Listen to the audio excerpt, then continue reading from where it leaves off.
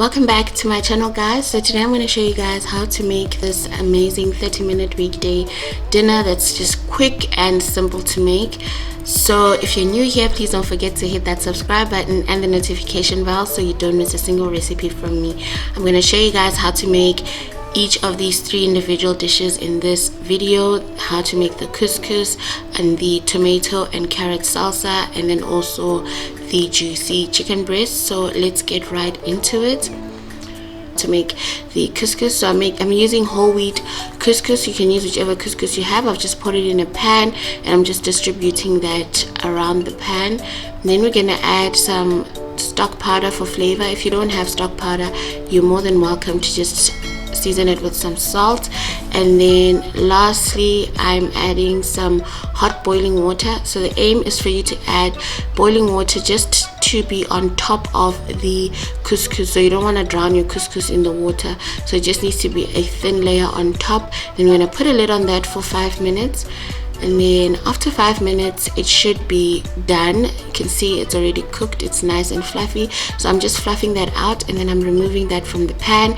In the same pan I've just added some coconut oil, and then I'm going to be adding some fresh thyme. If you don't have fresh thyme, you can also use the dried thyme. It will work perfectly good for you. Then I'm using Nature's Garden mixed vegetables. You can also use McCain's mixed vegetables or whichever store brand you like. And we're just going to saute these for 2 minutes. Really honestly, we're not trying to overcook these, and the only seasoning we're going to put in there is a little bit of black pepper.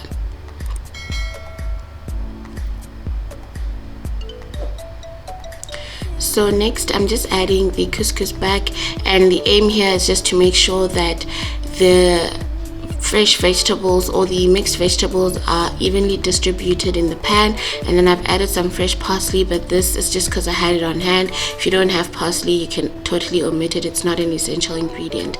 So next I'm showing you guys how to make this lovely chicken breast. So I've just butterflied 3 chicken breasts here. I'm just showing you guys how they look, and I've seasoned those with salt already. Now we're making the marinade. I'm starting off with a few sticks of fresh thyme, and I've also added a few sticks of rosemary, and then I'm using Inner Palm's Cajun spice, and then I'm adding turmeric. Turmeric is just to give it a nice color, and then the garlic and herb spice from Inner Palm as well. And I've just added about a teaspoon of olive oil. We don't need that much olive oil. And then I've added a tablespoon of balsamic vinegar, and then lastly a tablespoon of honey, just to help glaze our chicken breasts in the pan. And then we're just gonna give that a mix quickly. So now we're gonna baste our chicken breasts with that mixture. Your aim here is just to make sure that all your chicken breast is covered on all sides, top and bottom. And then don't forget to add your fresh herbs, because that is really gonna infuse a good flavor on your chicken breasts.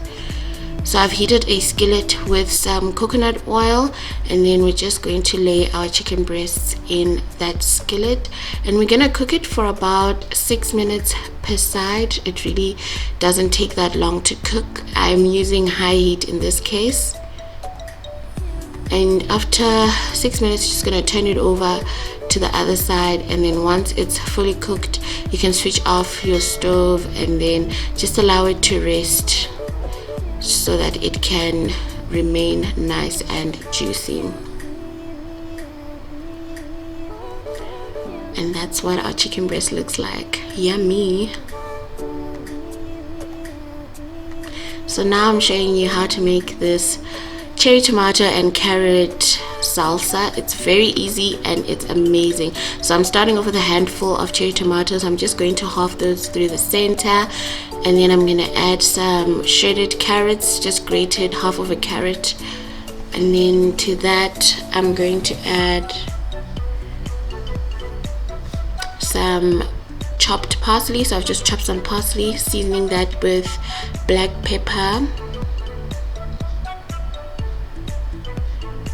Then I'm adding a little bit of sweet chili, and the magic ingredient is our balsamic vinegar. It will change your salsa to the next level. Just giving that a quick mix, and that is it. So I've assembled my plate, and I just wanted to say the function of the salsa is just to make sure that your couscous is not too dry when you're eating it. So please, honestly, don't forget to add your salsa.